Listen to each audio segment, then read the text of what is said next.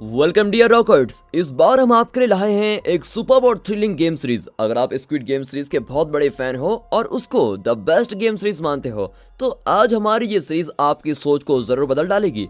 इस मजेदार और ट्विस्ट से भरपूर सीरीज को देखकर आप इसके फैन तो जरूर हो जाएंगे दोस्तों। और इस शानदार सीरीज का नाम है एलिस इन बॉर्डरलैंड। दोस्तों, आपके इंटरेस्ट को ध्यान में रखते हुए हमने पूरा सीजन एक ही वीडियो में कवर कर लिया है ताकि आपको हर एपिसोड के लिए इंतजार न करना पड़े। तो इससे पहले मैं एक्सप्लेनेशन को स्टार्ट करूं, आपको इसका कॉन्सेप्ट बता देता हूं। इस सीरीज का कॉन्सेप्ट यह है कि अचानक इस दुनिया के लोग गायब हो गए हैं सिवाय कुछ लोगों के, और बचे हुए लोगों को बहुत ही खतरनाक और बदतर गेम्स खेलने पर मजबूर किया जा रहा है। और हर गेम जीतने पर उनकी जिंदगी का वीजा कुछ दिनों के लिए बढ़ा दिया जाता है, और अगर हार गए तो लाइफ का वीजा खत्म हो जाएगा और उनको मार दिया जाएगा। अगर लाइफ वीजा को एक्सटेंड करना है तो गेम खेलते रहना होगा, और अगर कोई गेम न खेले तो उसकी वीजा के खत्म होते ही आसमान से एक लेजर उस पर अटैक करके उसको मार डालेगी।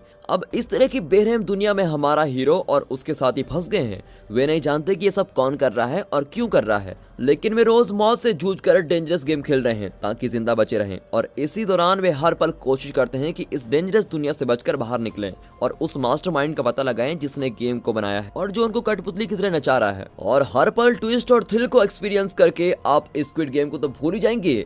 तो चलिए देखते हैं एलिस इन बॉर्डरलैंड के सीजन 1 के सारे एपिसोड्स, और वो भी all in one video my friends. तो पहले एपिसोड के स्टार्टिंग में अरीजू नाम के लड़के को दिखाते हैं। अरीजू एक एक्सपीरियंस्ड और इंटेलिजेंट गेमर है। उसने दुनिया के सारे गेम्स खेले हैं, और इतना इंटेलिजेंट होने के बावजूद उसकी एक प्रॉब्लम है, और वो प्रॉब्लम है उसकी फैमिली जो उसको हमेशा इग्नोर करती रहती है।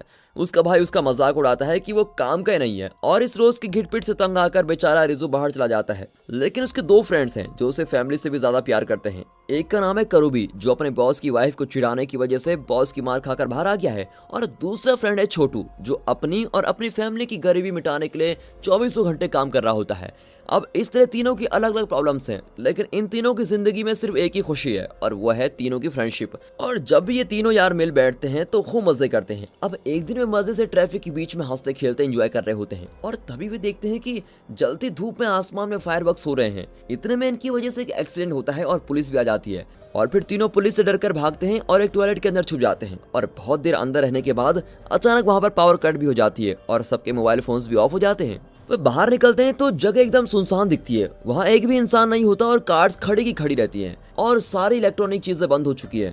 इनकी समझ में कुछ भी नहीं आता, इसलिए ये तीनों अलग अलग जाकर चेक करते हैं कि हुआ क्या है, लेकिन उनको एक भी निशान नहीं दिखता। अब वे शॉक में होते हैं कि आखिर हुआ क्या है और हो क्या रहा है। और इतने में रात हो जाती है, और तभी एक बिल्डिंग की दीवार लाइट से भर जाती है। उसमें लिखा होता है कि अब गेम शुरू होगा और तुम्हें इस डायरेक्शन में जाना है। नीचे एक एरो दिखाया जाता है। ये लोग उस एरो की दिशा में जाते हैं और एक बिल्डिंग पहुंच जाते हैं जो लाइट से सजी हुई होती है। उस पर गेम बिल्डिंग करके लिखा होता है। इनके पास अंदर जाने के अलावा कोई और ऑप्शन नहीं है, इसलिए वे अंदर जाते हैं। एंट्रेंस पर एक BMW कार होती है 523D, और ऐसी शानदार कार दिखे तो हर कोई देखता ही रह जाएगा। और फिर अरीजू भी इस कार को देखते हुए अंदर जाता है।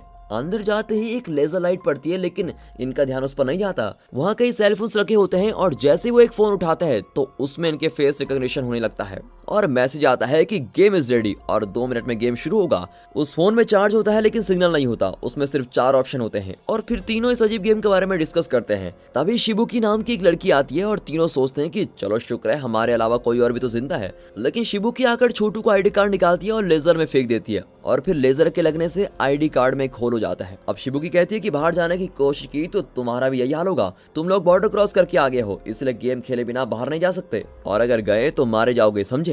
अब इस तरह वो उनको बहुत ही डराती है। और तब एक स्कूल गर्ल अंदर आने लगती है, और ये लोग चिल्लाते हैं कि अंदर मत आओ, लेकिन वो बॉर्डर क्रॉस करके आ जाती है और कहती है कि शुक्र है तुम लोग भी जिंदा हो। ये कहते हैं कि पागल लड़की, हम इतना चिल्ला रहे हैं फिर भी तुम अंदर क्यों आ गई, कहीं तुम्हारी ट्रेन छूट रही थी क्या। अब वो भी एक फोन उठा लेती है। गेमर टाइमर अब 0 दिखाता है और गेम शुरू। एक 3 ऑफ क्लब्स कार्ड दिखाया जाता है, जिसका मतलब है कि ये डिफिकल्टी लेवल 3 है।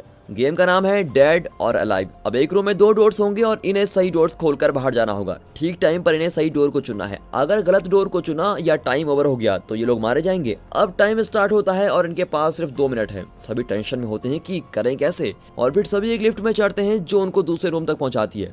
रूम्स में 2 डोर्स हैं, एक पर लिव और दूसरे पर डेथ लिखा हुआ है। वक्त बड़ी तेजी से निकल रहा होता है, और अरीजू को ये सब कुछ ठीक नहीं लगता, लेकिन छोटू को ये बहुत ही थ्रिलिंग लगता है, और वो वीडियो रिकॉर्डिंग करता है। शिबुकी इनको जल्दी से गेम खेलने को कहती है, और कहती है कि लिव वाला डोर खोलो। इन्हें उस पर शक होता है और कहते हैं कि तुम खुद ही क्यों नहीं खोलती, और इस बात पर इनमें आर्ग्यूमेंट होने लगती है। और अचानक वहां से धुआं निकलता है। और फिर स्कूल गर्ल डर जाती है। एकदम वो लिव वाला डोर खोलकर एक कदम अंदर रखती है और लेजर उसके सर को चीर देता है और बेचारी स्पॉट पर ही जलकर राख हो जाती है। अब तीनों शॉक में खड़े रहते हैं कि कुछ तो लोचा है। टाइम बहुत ही कम है, अगर ये डोर गलत है तो दूसरा सही होगा। इसलिए वे डेथ वाले डोर को खोलकर दूसरे कमरे में जाते हैं और पूरे कमरे में आग लगी होती है। और अब इन्हें गेम की सीरियसनेस समझ में आ जाती है क्योंकि सिर्फ 1 ही मिनट बचा हुआ है और शिबुकी इस बार खुद डोर नहीं खोलती। तब केरुबी एरेजू से कहता है कि तुम जितना एक्सपर्ट गेमर ही हमको बचा सकता है। तुमने तो कितने गेम्स और पजल सॉल्व करे हैं, दिमाग पर जोर डालो और सोचो यार कुछ, ये डोर खोलना है हमें। लेकिन अरेजू पत्थर की तरह बिल्कुल खड़ा रहता है और गुस्से में आकर केरुबी उसको एक पंच करता है और तब जाकर अरेजू का दिमाग घूम घूम कर एक आइडिया ढूंढ निकालता है। सिर्फ 10 सेकंड बचे होते हैं और अरेजू कहता है कि ये ठीक डोर है, मेरा विश्वास करो यही ठीक डोर है। अब चारों उस डोर से बाहर निकलते हैं और जिंदा बच जाते हैं। तब वो अपने ब्रिलियंट ब्रेन का डेमो देते हुए कहता है, इस बिल्डिंग के बाहर एक BMW कार खड़ी थी जिसकी लेंथ 4 मीटर और 9 सेंटीमीटर है। यहाँ के लिफ्ट के पास मैंने बिल्डिंग का मैप देखा जो स्क्वायर शेप का था। उस कार की लेंथ और इस रूम की लेंथ से अगर कैलकुलेट किया जाए तो सोल्यूशन मिल सकता है। मुझे जल्दी एक पेपर और पेन दो। अब पेपर पेन मिलते ही वो अपनी मेमोरी से मैप बनाता है और बताता है कि बिल्डिंग में कितने रूम्स होंगे। पहले रूम से स्कूल गर्ल एक रूम में जाकर मर गई थी, मतलब हमारा रूम पहले रूम के पास वाला रूम नहीं है। और सेकंड रूम को क्रॉस करके हम ठीक रूम में जिंदा पहुंच गए। तो सेकंड रूम में जो डोर नहीं खुला वही डेथ रूम का डोर है और यही है इस गेम की ट्रिक। अब उसकी बात सुनकर सभी खुश हो जाते हैं और अब इस फॉर्मूले को अप्लाई करके वे हर रूम को ठीक तरीके से खोल देते हैं। वक्त निकला जा रहा होता है और अब वे लास्ट रूम में आ गए हैं और यहाँ छुपा हुआ है इस गेम का twist. According to the formula इस कमरे में 2 डोर्स होने चाहिए जिसमें से एक इस बिल्डिंग से बाहर का रास्ता होगा, लेकिन वहाँ डोर की जगह दीवार होती है और दूसरी ओर एक डोर होता है जो उस रूम में खुलेगा जहाँ स्कूल गर्ल मर गई थी। अब क्या करेंगे? डर और टेंशन में सभी का पसीना छूट रहा होता है और टाइम बड़ी तेजी से गुजरता है। अब किसी की कुछ भी समझ में नहीं आ रहा होता है कि करें क्या। तभी अरेजू के दिमाग की बत्ती चलती है और छोटू से वो वीडियो दिखाने को कहता है जो उसने पहले रूम में रिकॉर्ड की थी। अब गेम फोन्स के 4 ऑप्शन में से एक है वीडियो रिकॉर्डिंग का। वीडियो में वो देखते हैं कि जब स्कूल गर्ल ने फर्स्ट रूम का लीव वाला डोर खोला था तो आगे कोई रूम नहीं बल्कि एक दीवार थी। वो एक डेड एंड था, मतलब ये हमें कंफ्यूज करने के लिए चाल थी।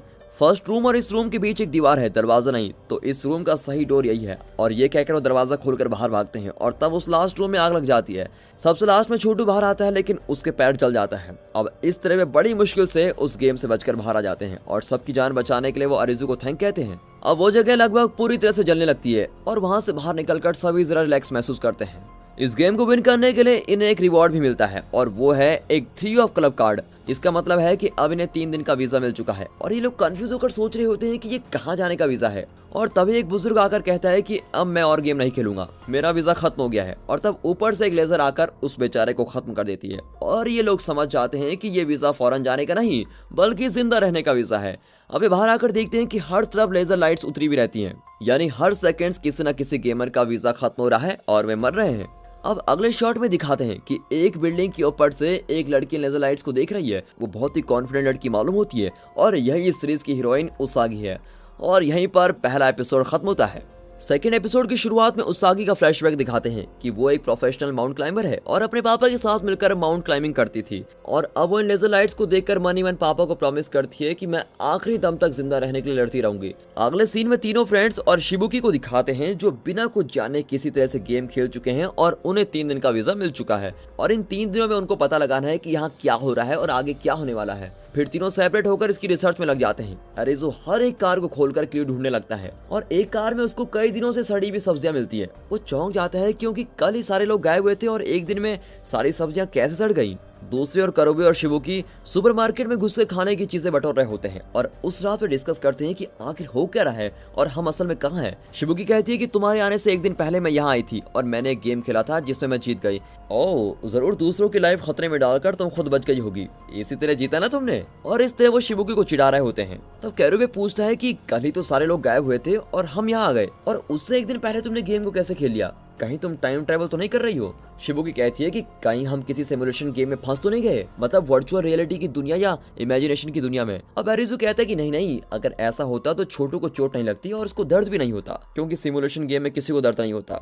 सच चाहे कुछ भी हो, पर इम्पोर्टेंट बात यह है कि एक गेम के अंदर हम फंस चुके हैं और हमारे पास सिर्फ 3 दिन है। इस गेम से बाहर निकलने का एक ही रास्ता है और वो है इस गेम के क्रिएटर का पता लगाना। वो गेम मास्टर कौन है जो हमारी लाइफ को गेम की तरह खेल रहा है। करुबे अरिज़ु से अकेले में कहता है कि छोटू घायल है और उसको लेकर हम आगे नहीं जा सकते, हमें यहीं उसको छोड़कर अगले लेवल पर जाना होगा। अरिज़ु पहले नहीं मानता, लेकिन करुबे उसको कन्विंस करता है कि घायल हालात में हम उसको साथ लेकर नहीं जा सकते। गेम के अगले लेवल पर शायद हमको डॉक्टर मिल जाए, उसकी मदद से हम छोटू का इलाज कर सकते हैं। अब उस रात छोटू को शिबुकी के पास छोड़कर अरिज़ु और करुबे अगले गेम खेलने जाते हैं। इस नई दुनिया में हर पल गेम्स चलते ही रहते हैं। आप चाहे तो इन गेम्स को खेलकर अपना लाइफ वीजा एक्सटेंड कर सकते हैं और अगर नहीं खेलना चाहते तो कुछ करने की जरूरत नहीं है, लेकिन वीजा के एक्सपायर होने पर आपको खत्म कर दिया जाएगा। जीते रहना चाहते हो तो लगातार गेम खेलते रहना होगा और जीतते रहना होगा। यही इस खतरनाक गेम वर्ल्ड का कॉन्सेप्ट है। तो अब अरिज़ु और करुबे दूसरे गेम खेलने जाते हैं और इस गेम के अंदर हमारी हीरोइन उसागी आती है। वो इन गेम्स के बारे में खूब जानती है और आते ही फोन उठाकर खुद का फेस रजिस्टर करती है और तब कैप पहनकर एक लड़का डरता हुआ अंदर आता है। वो शायद पहली बार इस गेम की दुनिया में आया है और बड़ी टेंशन में है कि सारे लोग कहाँ गायब हो गए, लेकिन उसे जवाब देने का वक्त इनके पास नहीं होता। तब अरिज़ु और करुबे अंदर आते हैं और वो इनसे पूछता है कि ये सब क्या हो रहा है, लेकिन वे भी ठीक से जवाब नहीं दे पाते। अब यहाँ कुछ कैरेक्टर्स को इंट्रोड्यूस किया जाता है और इनको ध्यान में रख लीजिए। इस ब्लैक टी शर्ट वाले को नोट कर लीजिए, इसका नाम है बीटी। और दीवार के पास खड़े इस आदमी को नोट कर लीजिए जिसने हुड पहन रखा है, इसका नाम हुडी है। देखने में वो बहुत ही कूल लगता है और बिल्कुल भी टेंस नहीं लगता। और गेम खेलने की इस जगह में पावर होती है जबकि बाहर पावर नहीं होती। हुडी अपना वॉकमैन जैसा डिवाइस चार्ज कर रहा होता है। उसका ऐसा कूल बिहेवियर देखकर अरिज़ु बिल्कुल सोच में पड़ जाता है। ठीक उसी वक्त गेम स्टार्ट होता है और एक कार्ड आता है और तब एक आदमी आकर एक्सप्लेन करता है कि हर गेम के स्टार्टिंग में आपको एक कार्ड मिलेगा। उस कार्ड का नंबर ही गेम की डिफिकल्टी लेवल है और इस कार्ड का नंबर है 5 स्पीड, मतलब उतनी ज्यादा डिफिकल्टी नहीं होगी। इस तरह हर नंबर और सिंबल के अनुसार हर गेम मुश्किल या बहुत मुश्किल होगी। अब यहाँ 13 प्लेयर्स हैं और इन्हें किसी एक आदमी के अगेंस्ट खेलना होगा। अगर डायमंड सिंबल वाला कार्ड मिला तो ब्रेन से रिलेटेड गेम्स दिए जाएंगे, लेकिन अगर हार्ट सिंबल वाला कार्ड आया तो बहुत ही मुसीबत में पड़ जाएंगे, क्योंकि उस गेम में आपके और आपके साथियों के इमोशन से खिलवाड़ किया जाएगा। अब इस तरह वो गेम को एक्सप्लेन करता है और तब गेम की डिटेल्स दिखाई जाती है। यहाँ बहुत सारे छोटे छोटे रूम्स हैं, इनके बचने का रास्ता इनमें से एक रूम में है और डेडलाइन से पहले इनको उस कमरे को ढूंढना होगा। इतना ही नहीं, डैगर नाम का आदमी कई वेपन से इनको अटैक भी करता रहेगा और इन सब को मिलकर उससे लड़ना भी है। और अगर 20 मिनट्स के अंदर उस रूम का पता नहीं लगाया तो ये पूरी बिल्डिंग ब्लास्ट हो जाएगी। और ऐसा डेंजरस गेम कॉन्सेप्ट सुनकर सभी फ्रीज हो जाते हैं। यहाँ छोटू और शिबुकी को दिखाते हैं। शिबुकी छोटू को फुसला रही होती है कि मुझे तुम बहुत अच्छे लगते हो और मैं हमेशा तुम्हारे साथ ही रहना चाहती हूँ। लगता है वो कुछ प्लान कर रही है। शिबुकी का नेचर ही ऐसा है कि वो अपने मन की करने के लिए दूसरों का भरपूर इस्तेमाल करती है। वहाँ गेम शुरू हो चुका है और वे हर रूम को चेक कर रहे होते हैं। अचानक गन शॉट की आवाज सुनाई आती है। अब वे बाहर जाते हैं तो एक आदमी मरा पड़ा हुआ है। लगता है डैगर गेम के अंदर उतर चुका है और उसका पहला टारगेट यही आदमी था। अब सभी घबराकर यहाँ वहाँ भाग रहे होते हैं, लेकिन हुडी ऊपर खड़ा सभी एक्टिविटीज को वॉच कर रहा होता है। शायद वो जानता है कि ऊपर खड़ा होकर वो पूरा गेम देख पाएगा और जो भी रास्ता ढूंढ निकालेगा ये उसके साथ ही चला जाएगा। और तब बीटी एक आदमी के साथ आता है। वो हुडी को इशारा करता है लेकिन वो इग्नोर कर देता है और गेम को वॉच करने लगता है। तब अरिज़ु डैगर को देखता है जो बहुत ही स्ट्रॉन्ग है और उसने हॉर्स जैसा मास्क पहना हुआ है। और फिर अरिज़ु और करुबे उससे बच जाते हैं, लेकिन उनके साथ ही एक एक करके उसके हाथों मारे जा रहे थे। अरिज़ु नोटिस करता है कि मास्क की वजह से डैगर सिर्फ सीधा देख सकता है और ये जानकर अरिज़ु चिल्लाकर कहता है कि फ्रेंड्स, अगर हम सब एक होकर गेम खेलें तो इस डैगर को चकमा दे सकते हैं। लेकिन हुडी हंसने लगता है क्योंकि यहाँ हर कोई अपनी जान के लिए खेल रहा है, कोई किसी के साथ मिलकर क्यों खेलेगा। तब उसागी की आवाज आती है कि हमारा टारगेट इस फ्लोर में है और ये कहकर वो दूसरे फ्लोर पर चढ़ने लगती है। हुडी चौंक कर देखता है कि अरे ये लोग तो टीम बनाकर एक दूसरे की हेल्प कर रहे हैं। तब कैप वाला नया लड़का एक डोर को खोलता है और डैगर मशीन गन से उस पर फायरिंग करता है और फिर अरिज़ु उस लड़के को बचा लेता है। करुबे कहता है कि डैगर के रहते हम इस गेम में आगे नहीं जा सकते, सबसे पहले उसे खत्म करना होगा, लेकिन हम सिर्फ इस चाकू से क्या कर पाएंगे। तब बीटी और उसका साथी आते हैं। अरिज़ु देखता है कि उनके हाथ में एक वॉच है और वो कहता है कि इस लैंडर से हम डैगर को अटैक कर सकते हैं और इस गेम में हमें टीम वर्क करना ही होगा। उसागी कहती है कि मैं सही रूम ढूंढना शुरू करती हूँ और ये कहकर वो अपनी माउंटिंग क्लाइंबिंग स्किल यूज करके फ्लोर में सही रूम को ढूंढने लगती है। इनके टीम वर्क के बीच डैगर बीटी के साथी को मार डालता है और तीनों उससे खूब लड़ रहे होते हैं। इस युद्ध में डैगर करुबे के पेट पर वार कर देता है और अरिज़ु एक कोने में बैठकर अपना दिमाग टटोल रहा होता है और तब उसको एक आइडिया, बड़ा ही अच्छा आइडिया आता है। कैप वाले लड़के ने जब रूम का दरवाजा खोला तब डैगर ने उस पर मशीन गन फायर की थी, मतलब उस रूम में कुछ है जिसे डैगर बचा रहा है। अरिज़ु उस रूम में जाता है और हुडी भी उसके पीछे जाता है। शायद वो जान गया है कि अरिज़ु ठीक डिसीजन लेता है, लेकिन उस रूम के अंदर एक और ट्विस्ट है जो उनका वेट कर रहा है। एक्चुअली इस रूम में ही वो बॉम्ब है जो एंड में एक्सप्लोड होगा।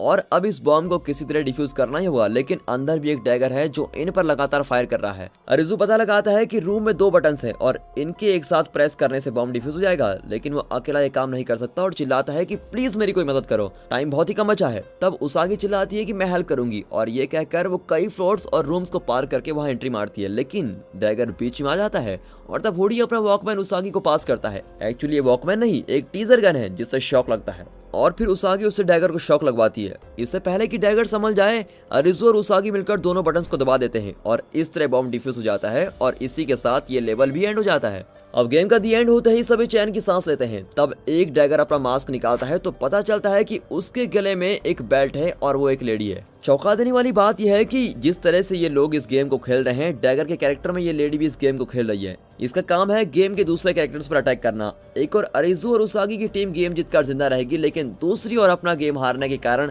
ये लेडी मर जाएगी और तभी एक लेजर लाइट आती है और खत्म।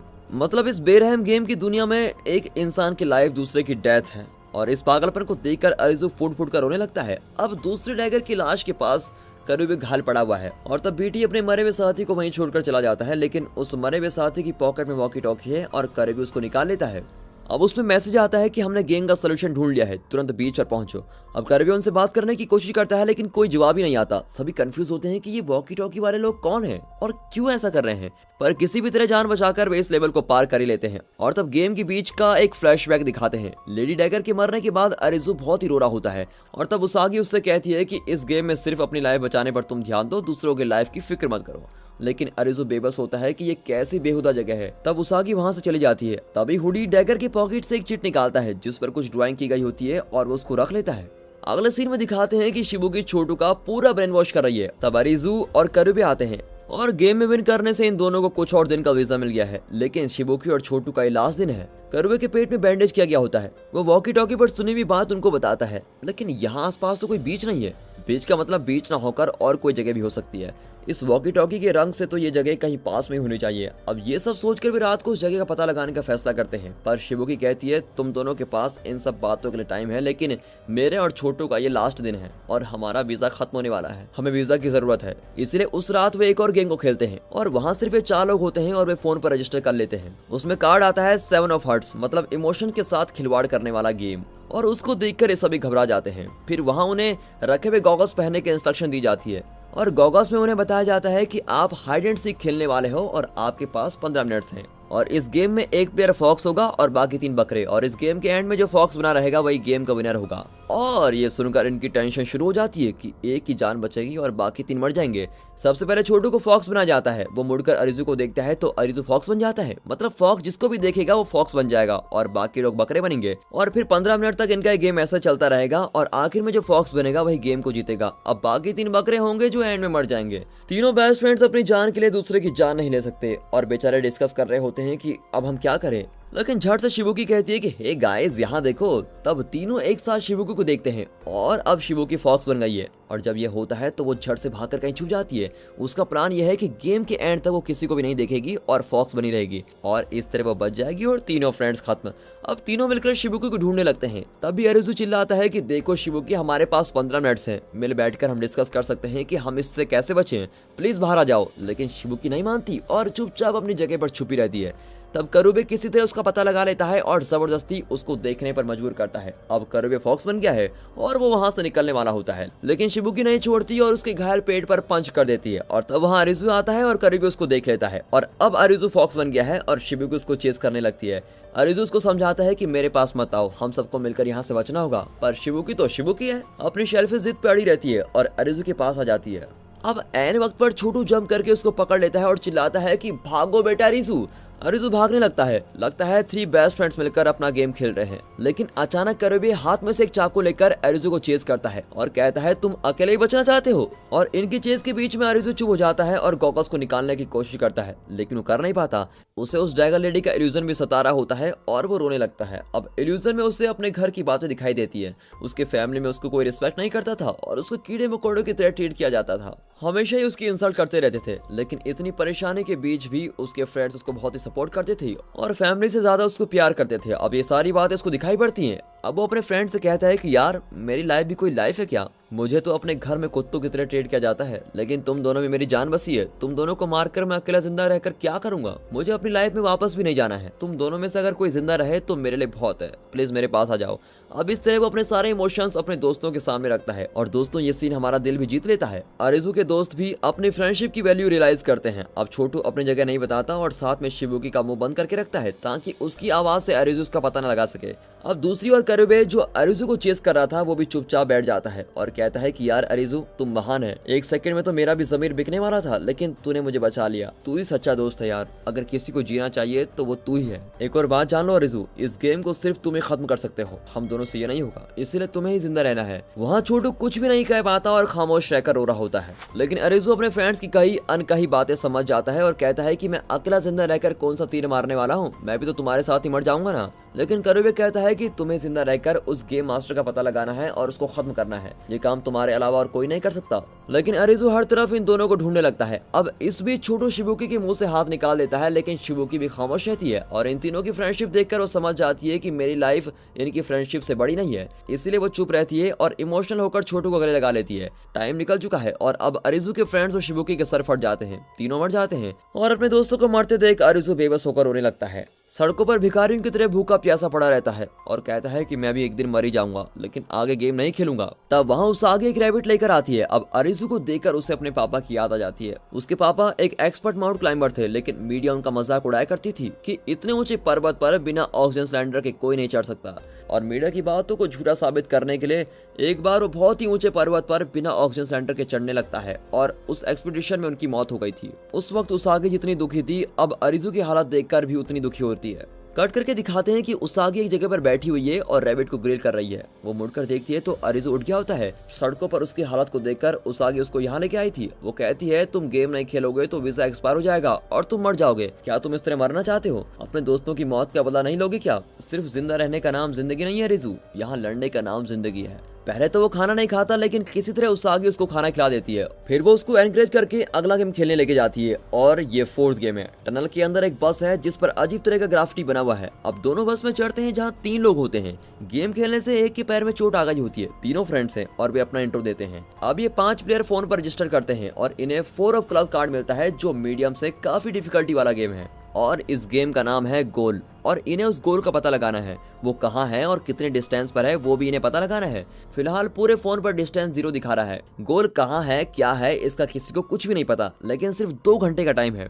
वो लड़का जिसके पैर में चोट आई है वो कहता है कि मैं ज्यादा दूर नहीं जा पाऊंगा, मुझे यहीं छोड़कर तुम लोग आगे चले जाओ। और उसको देखकर अरिजू को अपने दोस्तों की याद आ जाती है। वे बस स्टार्ट करने की कोशिश करते हैं ताकि घायल लड़का भी गेम खेल सके, लेकिन बस का फ्यूल 0 दिखाता है और कोई रास्ता न पाकर वे उस लड़के को बस में छोड़कर भागना शुरू करते हैं। अब वे बहुत दूर भाग चुके हैं और डिस्टेंस अब 1000 दिखा रहा है। सब बहुत ही थक जाते हैं और एक जगह पर खड़े होकर रहते हैं। अब वहाँ कई वाटर कैंस होते हैं। अरिजू कैन का पानी पीने लगता है, लेकिन बाकी लोग उसको रोकते हैं क्योंकि उसमें जहर भी हो सकता है। उसागी के पास पानी होता है और वो अरिजू को दे देती है। अरिजू पानी पीकर अपने साथियों को भी दे देता है। अब वे चौंक जाते हैं कि ये कौन सा जीसस क्राइस्ट है भाई, जो अपनी जान बचाने के साथ साथ सभी का ख्याल रख रहा है। पानी पीकर वे फिर भागने लगते हैं। अब बहुत दूर लगातार भागने के बाद वहाँ एक टनल नजर आती है और उसमें काली इमेज होती है और ये लोग उसको देखकर चौंक जाते हैं। एक्चुअली वो एक ब्लैक पैंथर है और अब वो इनको चेस करने लगता है और ये लोग वहाँ से भागने लगते हैं और एक लड़का पैंथर के हाथ लग जाता है और उसको कुतर देता है। अब बाकी लोग बचकर भाग जाते हैं। अब 8 किलोमीटर भागने के बाद भी उनको कोई गोल नजर नहीं आता और तभी उनको एक गाड़ी में रॉयल एनफील्ड दिखती है। अरिजू कहता है कि ये भी पुरानी व्हीकल है जिसमें कोई सर्किट नहीं है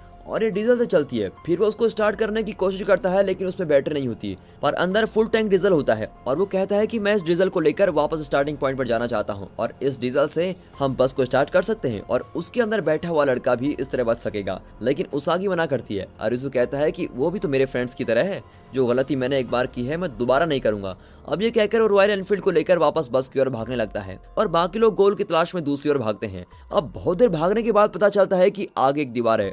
अब हम क्या करेंगे ये सोचकर वो वहीं खड़े रहते हैं और तब दीवार के पीछे से बादलों की गरजने की आवाज आती है और अचानक वे देखते हैं कि सुनामी जैसा कुछ तेजी से उनकी ओर बढ़ रहा है। वो तूफान की तरह दहाड़ना शुरू करता है। सब कुछ तोड़ फोड़ कर पानी फोर्स के साथ अंदर आ जाता है और एक लड़का उसमें फंसकर मर जाता है। उसागी अभी भाग रही होती है कि अचानक सामने बस आती है। यहाँ आइजू बस में डीजल को डालकर तेजी से चलकर आया था और इस तरह बस वाला घायल लड़का भी बच गया है। अब बड़ी मुश्किल से वो उसागी को बचा लेता है और बस का दरवाजा बंद कर देता है। अब कुछ देर पानी में रहने के बाद जब वो ऊपर उठते हैं तो देखते हैं कि बस पर गोल करके करके लिखा हुआ है। एक्चुअली इनका गोल ये बस ही है। इस बस से दूर भागते भागते डिस्टेंस ज्यादा हो गई और जब टाइम ओवर हो गया तो ये लोग इस बस के अंदर वापस आ गए और इसलिए डिस्टेंस 0 दिखा रहा है। इस गेम की शुरुआत में भी डिस्टेंस 0 पर थी, पर ये लोग तब उसका मतलब नहीं समझ पाए और अगर समझ लिया होता तो इतनी दूर भागना नहीं पड़ता। अब वो घायल लड़का कहता है कि इसके आगे मुझे अकेले खेलना पड़ेगा क्योंकि मेरे दोस्त नहीं रहे, फिर भी अगर जिंदा रहा तो तुम दोनों से फिर मिलूंगा। फिर अरिजू और उसागी वहां से निकल जाते हैं। अब ये जान गए हैं कि कौन सा गेम कैसे खेलना है और गेम कैसे जीतना है, लेकिन अब उन्हें ये बात खाई जाती है कि वो गेम मास्टर कौन है जो सबको अपने गेम्स खेलने पर मजबूर कर रहा है। अब वो उस बीच की तलाश में जाते हैं जिसके बारे में वॉकी टॉकी पर बताया गया था और इनके पास अब कई दिनों का वीजा बचा हुआ है, इसलिए अब वे गेम खेलने की बजाय बीच को लोकेट करने में लग जाते हैं और हर जगह पर वे प्लेयर से पूछते हैं कि बीच कहां पर है, लेकिन कोई नहीं जानता कि वो कहां पर है।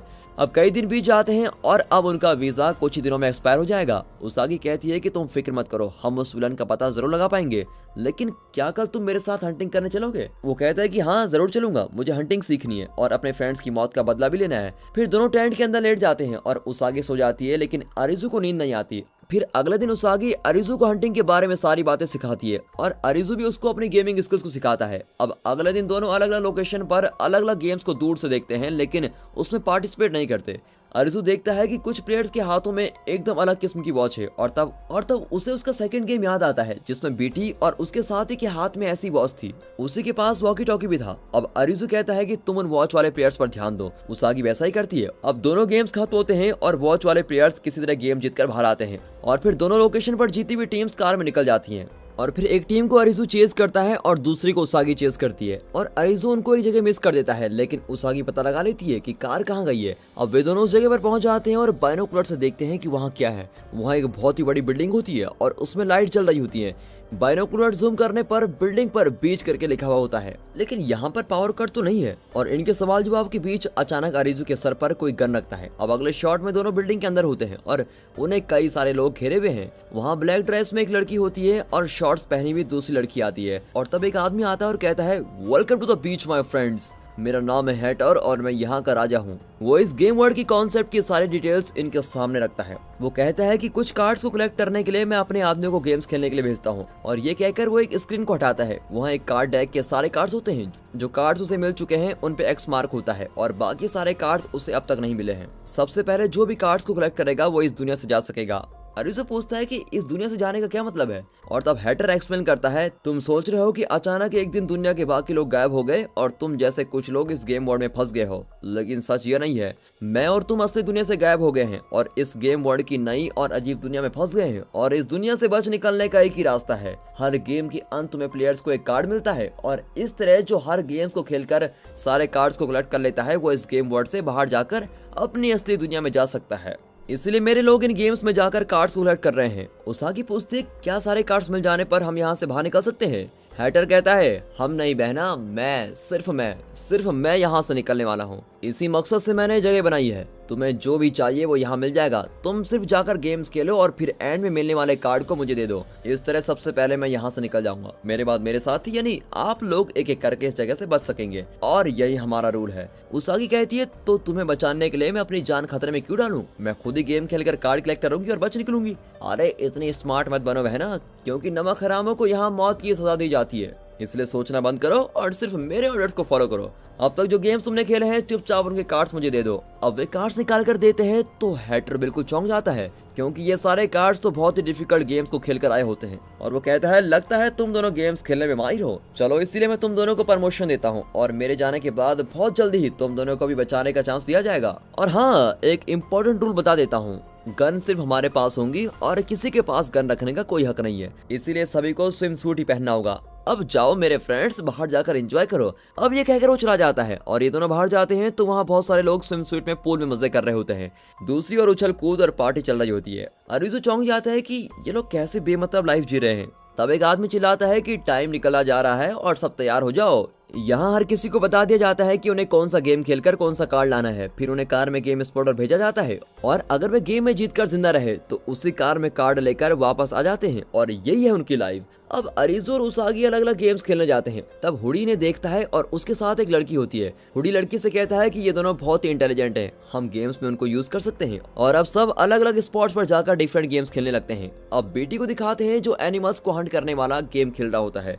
उसागी को दिखाते हैं जो एक फैक्ट्री के अंदर है और यहाँ लगभग 24 रूम है। उसके हाथ में एक मैच बॉक्स है जिसमें सिर्फ 9 मैच स्टिक्स है। इस अंधेरी फैक्ट्री में 9 मैच स्टिक्स को जलाकर उसे एक कोड वर्ड का पता लगाना है और तब जाकर वो बच पाएगी। फिर अरिज़ू को दिखाते हैं जो अंडरग्राउंड में जाता है। वहाँ फोन्स पर वाटरप्रूफ कवर लगा होता है और कुछ देर में गेम स्टार्ट होता है। यहाँ 7 या 8 प्लेयर्स हैं जिसमें 2 लड़कियां हैं और इस गेम का कार्ड है 4 ऑफ डायमंड्स। ये एक मॉडरेट गेम है लेकिन इसमें दिमाग लगाना पड़ेगा। शॉर्ट्स वाली लड़की कहती है कि इस गेम को सिर्फ अरिज़ू खेलेगा क्योंकि ये उसका टेस्ट है। अब बाकी लोग डर जाते हैं कि ये नया है और अगर कुछ गलत कर दिया तो हम सब मारे जाएंगे, लेकिन वो लड़की अपनी बात पर अड़ी रहती है। स्टार्टिंग में इनके रूम में पानी गिर रहा होता है और अगले रूम में एक बल्ब है। उस बल्ब का ठीक स्विच इस रूम के 3 स्विचेस में से एक है और दोनों रूम के बीच में एक डोर है। अब टर्म्स एंड कंडीशंस ये हैं कि जब ये डोर बंद रहेगा तो वे इस रूम के किसी भी स्विच को अनगिनत बार ऑन ऑफ कर सकते हैं, लेकिन जब डोर खुला रहेगा तो वे सिर्फ एक बार किसी एक स्विच को ऑन कर सकते हैं। हर एक को सिर्फ एक चांस दिया जाएगा और इन्हें पता लगाना है कि अगले रूम के बल्ब का स्विच कौन सा है। क्यों दोस्तों, आपके पसीने छूट गए हैं? मुझे दिखाई दे रहे हैं। आप भी गैस करने की कोशिश कीजिए।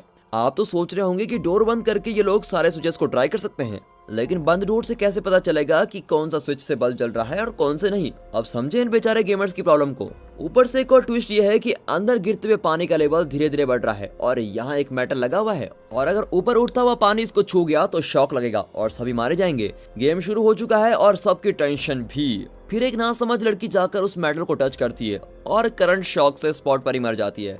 फिर क्वीनी नाम की एक लड़की अरिज़ू से जल्दी कुछ करने को कहती है। अरिज़ू कहता है कि डोर बंद कर दो। अब ये डोर बंद कर देते हैं और अरिज़ू स्विच ए को ऑन करता है और बहुत देर वेट करता है और बाकी लोग चिल्लाते हैं कि इतनी देर क्या कर रहे हो। बहुत देर बाद वो स्विच ऑफ करके डोर को खोलने को कहता है। अब उसे सिर्फ एक चांस मिलेगा और उसे सही स्विच को ऑन करना होगा। अब अरिज़ू स्विच भी को ऑन करता है लेकिन बल्ब नहीं जलता। डोर खुला है और इसलिए अरिज़ू का एक और चांस खत्म हो गया है। अब वो किसी भी स्विच को टच नहीं कर सकता। फिर अरिज़ू क्वीनी से कहता है कि तुम बल्ब को टच करके देखो। वो उस रूम में जाकर बल्ब को टच करती है और उसका हाथ जल जाता है। मतलब स्विच ए ही सही था क्योंकि उसे ऑन करके अरिज़ू बहुत देर वेट कर रहा था ताकि अगर वो सही स्विच है तो बल्ब गर्म जरूर होगा। स्विच भी तो गलत निकला और स्विच सी तो हो ही नहीं सकता। और इस तरह थोड़े टाइम में ठीक स्विच को आइडेंटिफाई करके अरिज़ू सबको बचा लेता है। अब इस तरह टेंशन में खेलकर वो वापस आता है और उसागी को ढूंढता है। तब उसागी भी अपना गेम विन करके वापस आ जाती है और दोनों बातें कर रहे होते हैं और तभी वहाँ ब्लैक ड्रेस में कुछ लोग गन लेकर आते हैं और यहाँ पर 2 टीम्स हैं, एक तो हैटर की टीम और दूसरा ब्लैक ड्रेस वाले की टीम। इसका नाम है अगुनी। वो अरिज़ू के पास जाकर उसागी को चिढ़ाने लगता है। दूसरा आदमी कहता है कि अगुनी इस लड़के का पैर तोड़ दो और तब हैटर आकर कहता है कि वो मेरा आदमी है, उसे हाथ भी मत लगाना। और इन दोनों डॉन्स में कोई अंडरस्टैंडिंग हो जाती है और वे चले जाते हैं। क्वीनी हैटर को बताती है कि अरिज़ू एकदम सुपर गेमर है, उसकी इंटेलिजेंस का जवाब नहीं। फिर अरिज़ू को वो एक मीटिंग में लेके जाते हैं। वहाँ बताते हैं कि कुछ जरूरी कार्ड्स मिल गए हैं लेकिन एक इम्पोर्टेंट कार्ड नहीं मिला है। इतना ही नहीं, अब तक के किसी भी गेम में इन्हें किंग, क्वीन, एस जैसे स्पेशल कार्ड्स नहीं मिले थे। हैटर कहता है कि स्पेशल कार्ड्स को भूल जाओ, अब मुझे सिर्फ 10 ऑफ हार्ट्स कार्ड की जरूरत है और उस कार्ड के लिए अब मुझे हाईएस्ट डिफिकल्टी वाला गेम खेलना होगा और इस गेम में इमोशंस के साथ खेला जाएगा। आज मेरा वीजा खत्म हो जाएगा इसलिए मैं आज ये गेम जरूर खेलूंगा, लेकिन जाने से पहले ये जानना चाहता हूँ कि मेरे बाद अगला कौन है जो मेरी पोजीशन लेगा। और तब पता चलता है कि वहाँ के सभी लोग कुछ ना कुछ प्लान कर रहे हैं। अरिज़ू भी इस बात को समझ लेता है। वो थक हार कर सो जाता है और कुछ देर बाद उसागी उसको जगाती है। अरिज़ू कहता है कि गेम्स खेलकर यहाँ से बचने से पहले हमें इन दोनों इडियट्स की चंगुल से बच निकलना होगा और हमें पता लगाना होगा कि ये हैटर नाम का आदमी असल में कर क्या रहा है। दूसरी ओर सेकंड इडियट अगुनी का प्लान क्या है और वो क्या प्लान कर रहा है। फिर अरिज़ू वहाँ के हर इंसान से पूछता है कि वे यहाँ क्यों टिके हुए हैं, वे बचने की कोशिश क्यों नहीं करते। लेकिन सभी यही कहते हैं कि यहाँ रहना उनके लिए बहुत ही खुशी की बात है। एक कहता है कि मैं एक बार बाहर गया था लेकिन बाहर जंगल के अलावा कुछ नहीं है। एक लड़की कहती है कि एक कपल यहाँ से बाहर गया और उन्हें लेजर लाइट में मार दिया गया। कुछ लोग कहते हैं कि असली दुनिया से अच्छी और मजेदार दुनिया तो यही है। तब 2 लड़कियों को बात करते हुए देखकर अरिज़ू उनके पास जाता है और उसे देखकर लड़कियां भाग जाती है। वहाँ एक शीट से कवर किया हुआ गार्बेज ड्रम होता है। अरिज़ू शीट हटाकर देखता है तो अंदर सड़ी हुई लाशें पड़ी होती है। लगता है अगुनी की टीम ने इनको मार डाला है। और तब हुडी आकर कहता है कि यहाँ के रूल्स फॉलो नहीं किए तो तुम्हारा भी यही हाल होगा। फिर वो अरिज़ू को टेरेस पर ले जाकर बात करता है। अब साथ ही में क्वीनी भी होती है। हुडी कहता है कि तुम सबसे पूछताछ क्यों कर रहे हो। अरिज़ू कहता है कि मैं उस आदमी की तलाश कर रहा हूँ जिसने मेरे फ्रेंड्स को मार डाला।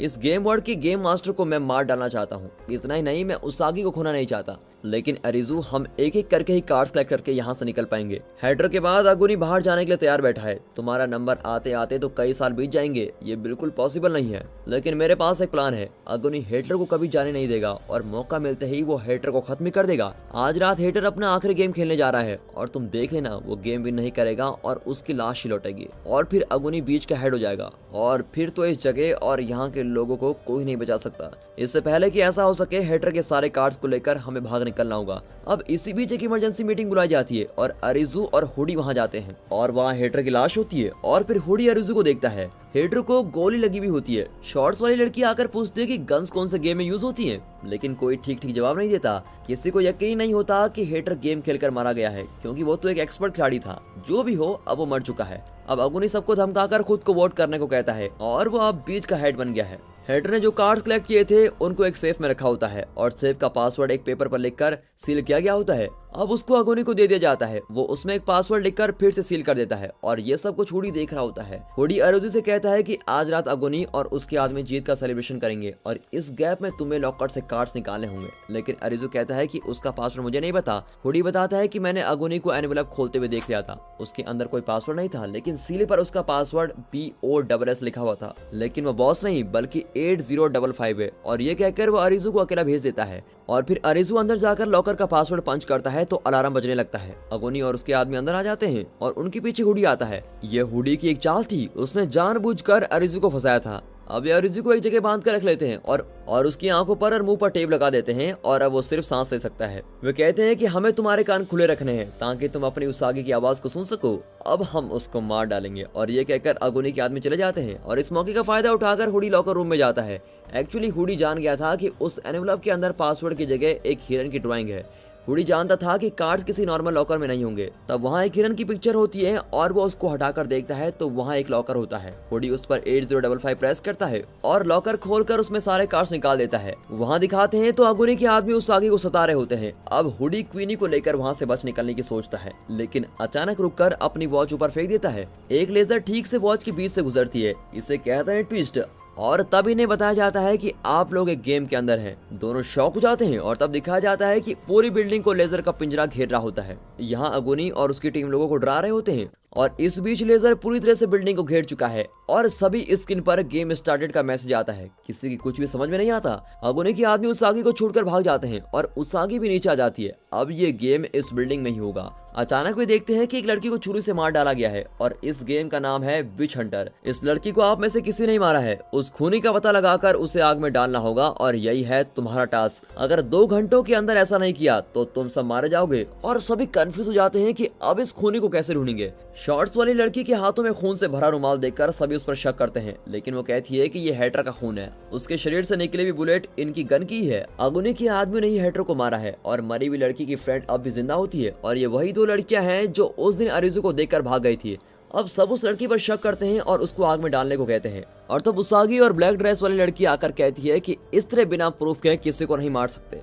खूनी तो तुम लोगों में से भी एक हो सकता है। तब अगुनी आकर कहता है कि जिसने भी खून किया है चुपचाप सामने आ जाओ, लेकिन कोई आगे नहीं आता। वो बेवकूफ सबको आग में डालने का ऑर्डर दे देता है और उसके आदमी अंधाधुंध शूट करने लगते हैं। अब इस भगदड़ में उसागी अरिजू का फोन उठाकर उसकी तलाश में निकल पड़ती है। यहाँ शॉर्ट्स वाली लड़की कुछ ढूंढ रही होती है। क्वीनी पूछती है तुम क्या ढूंढ रही हो। वो कहती है कि मैं फेविक्विक जैसा ग्लू ढूंढ रही हूँ। लेकिन ग्लू से तुम क्या करोगी। उसे चाकू पर लगाकर खूनी का फिंगरप्रिंट निकाला जा सकता है। वाह यार, तुम्हारा तो लेवल ही अलग है। अब ये कहकर दोनों लड़कियां लाश के पास जा रही होती हैं और तब अगुनी का एक आदमी चाकू लेकर इनके सामने आता है। क्वीनी कहती है तुम दूर हो जाओ, इसे मैं हैंडल कर लूंगी। अब ये कहकर वो एक पोजीशन लेती है। ये जितनी दुबली पतली दिखती है शायद उतनी स्ट्रॉन्ग फाइटर है। तब क्वीनी का एक फ्लैशबैक दिखाया जाता है। क्वीनी एक लड़की नहीं बल्कि ट्रांसजेंडर है। पहले वो लड़का था, लेकिन बड़ा होते होते उसकी बॉडी में कुछ चेंजेस हुए और वो एक लड़की बन गया। अब उसके पापा कराटे एक्सपर्ट थे और उन्होंने क्वीनी को सारे टेक्निक सिखा रखे थी। और फिर क्या, वो अगुनी के आदमियों को खूब पंच करती है और किक करने लगती है। दूसरी ओर अगुनी को दिखाते हैं जो लाशों को जलाकर उन्हें नफरत भरी आंखों से देख रहा होता है। और इतने में उसागी अरिजू को ढूंढ लेती है और फिर वो उसको बताती है कि यहाँ 10 ऑफ हर्ट्स एक बहुत ही डिफिकल्ट गेम चल रहा है और हमें खूनी का पता लगाना है। अरिजू कहता है कि खूनी हमारे बीच नहीं हो सकता। अगुनी के आदमी आपस में लड़कर मर सकते हैं, लेकिन इस तरह पब्लिक में किसी को नहीं मार सकते। अब मुझे प्लेयर की तरह नहीं बल्कि गेम मास्टर की तरह सोचना चाहिए। अब तक हैटर जिंदा था और यहाँ खुलेआम जैसा खून कभी नहीं हुआ था। गेम मास्टर का ये प्लान है कि हैटर के मरने के बाद यहाँ दंगा फसाद का माहौल होगा और इसी खलबले के बीच वो एक गेम रखना चाहता है। वहाँ शॉर्ट्स वाली लड़की चाकू से फिंगरप्रिंट निकाल लेती है और खूनी का पता लगा लेती है। वो इस बात को अनाउंस करने जाती है कि ऐन वक्त पर अगुनी के आदमी उसको मारकर बेहोश कर देते हैं। अरिज़ु बहुत ही सोचकर कहता है कि मुझे खूनी का पता चल चुका है। अब हॉल में दिखाते हैं कि अगुनी के आदमी उसके खिलाफ बोलना शुरू कर देते हैं। वे कहते हैं कि इससे ज्यादा हम शूटिंग नहीं कर सकते और इस तरह लोगों को अंधाधुंध नहीं मार सकते, हम आपका साथ नहीं देंगे। तब अरिज़ु बड़ी मुश्किल से चलकर वहां आता है और कहता है कि इस तरह सबको शूट मत करो, मैं खूनी का पता लगा सकता हूँ। लेकिन अगुनी अपनी जिद पर अड़ा रहता है और शूटिंग जारी रखता है।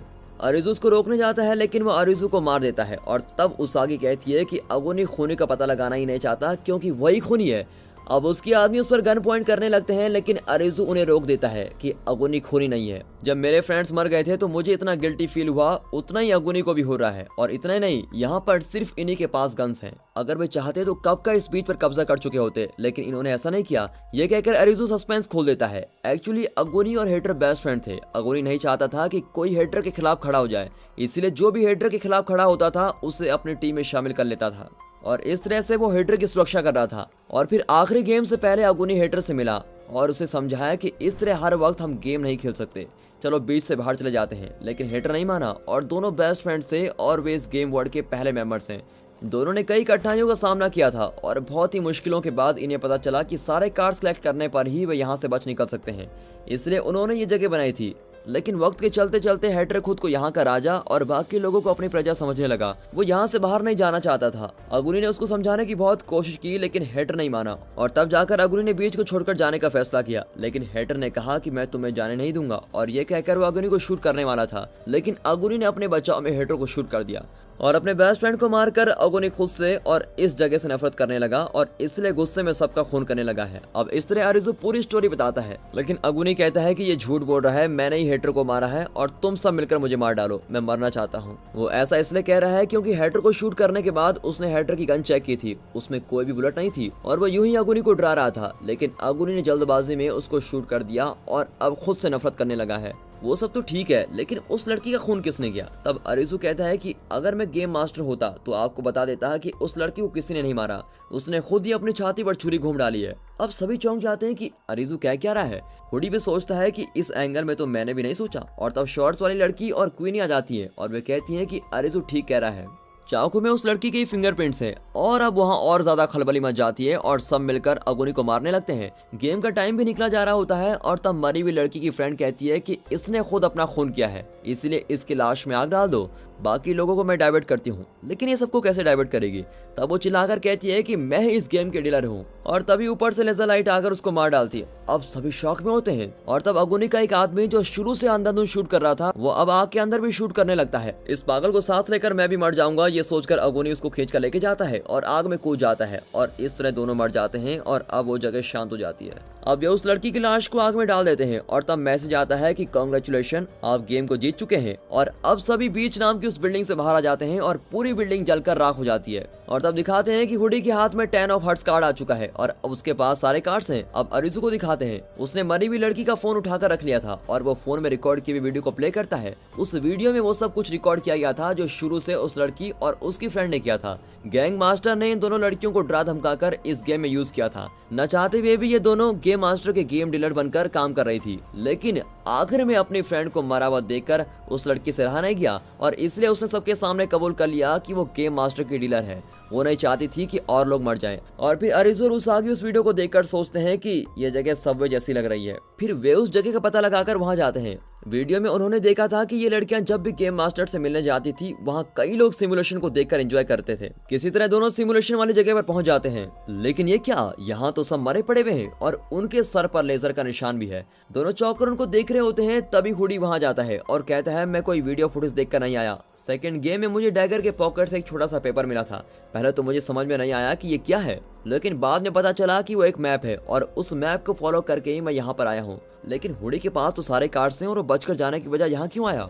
बात यह है कि कार्ड्स डेक में किंग, क्वीन, जैक और एस वाले कार्ड्स होते हैं और अब तक किसी को ये स्पेशल कार्ड्स नहीं मिले थे। लेकिन उन स्पेशल कार्ड्स के बिना डेक पूरा नहीं होगा और कोई बाहर नहीं जा सकेगा। हुडी इस गेम वर्ल्ड के बारे में कुछ ज्यादा ही जानता है। वो इन्हें बताता है कि जब तक हम कार्ड्स कलेक्ट नहीं कर पाए तब तक ये लोग जिंदा थे और जैसे हमें कार्ड्स मिल गए इन सबको मार दिया गया। मतलब ये है कि इनके भी ऊपर एक सुपर गेम मास्टर है। अब अचानक वहाँ के मॉनिटर्स ऑन होने लगते हैं और स्क्रीन पर असली गेम मास्टर को देखकर ये लोग बिल्कुल शॉक हो जाते हैं। वो सुपर गेम मास्टर और कोई नहीं, ब्लैक ड्रेस वाली लड़की है जो हेटर के साथ ही रहती थी। क्यों माय फ्रेंड्स, आपने सारे गेम्स बहुत एंजॉय किए होंगे। और उसकी बातें सुनकर अरिजू का गुस्सा और बढ़ जाता है। फिर वो एक एक करके सारे गेम्स की वीडियो प्ले करती है। एक गेम में अपने फ्रेंड्स को मरते देख अरिजू का दिल जलने लगता है। फिर गेम मास्टर कहती है कि इन गेम्स में कई लोग मर गए, लेकिन हमें इंसानों को कितने सारे इमोशंस देखने को मिले हैं, जैसे लव, हेट, कंपटीशन, दुश्मनी, दोस्ती वगैरह वगैरह, लेकिन तुम लोगों का भी जवाब नहीं। सबने बहुत ही अच्छा खेला और इसलिए तुम्हारे पास सारे कार्ड्स हैं। इतने में क्वीनी कहती है कि हम सारे कार्ड्स कलेक्ट कर चुके हैं और अब क्या हम यहाँ से जा सकते हैं। गेम मास्टर कहती है कि ना बेटा ना, इतनी जल्दी भी क्या है, अभी तो स्पेशल कार्ड्स बाकी हैं, उन्हें कलेक्ट करने के लिए नए गेम्स तुम्हारा इंतजार कर रहे हैं, तो फिर स्पेशल गेम शुरू करें। और ये कहकर वो गायब हो जाती है। अब ये लोग बड़े गुस्से में बाहर आते हैं और सब जानते हैं कि स्पेशल कार्ड्स के लिए गेम्स भी बहुत ही डिफिकल्ट होंगे, लेकिन अरिजू कहता है कि चाहे कुछ भी हो जाए हम उन गेम्स को भी खेल कर जीतेंगे। पहले तो हमें पता नहीं था कि हमारा टारगेट क्या है, लेकिन अब पता चल चुका है और अब हम कॉन्फिडेंस के साथ आगे बढ़ सकते हैं। और तब आसमान में किंग, क्वीन, जैक जैसे स्पेशल कार्ड्स के बड़े बड़े पोस्टर्स उड़ाए जाते हैं और इस शॉट के साथ यह फर्स्ट सीजन यहाँ पर खत्म होता है। जितने बड़े ये पोस्टर्स हैं, आगे के गेम्स उतने डिफिकल्ट और ट्विस्ट और टर्न से भरे हुए होंगे। नीचे के लेवल पर अब भी कई लोग गेम खेल रहे हैं, लेकिन टॉप लेवल पर ये 4 लोग ही हैं, यानी अरिजू, उसागी, हुडी और क्वीनी। अगले सीजन में हम देखेंगे कि ये चारों स्पेशल कार्ड्स के स्पेशल गेम को कैसे खेलते हैं और गेम मास्टर को कैसे मिलते हैं। तो दोस्तों, दिल पर हाथ रखकर बैठिएगा, ये स्क्विड गेम से भी सुपर एक्साइटेड और थ्रिलिंग गेम है ना भाई। मुझे तो ऐसा ही लगा और इसलिए मैंने आपके लिए वीडियो बनाया है। अगर ये वीडियो आपको पसंद आया हो तो कमेंट सेक्शन में जरूर बताइएगा कि आपको ये कैसा लगा, और हमेशा की तरह इसे फैमिली और फ्रेंड सर्कल में शेयर कीजिए। साथ ही इस वीडियो को शेयर वो तो कर ही दिया, एक लाइक और चैनल को सब्सक्राइब जरूर कीजिए। And finally thanks for watching.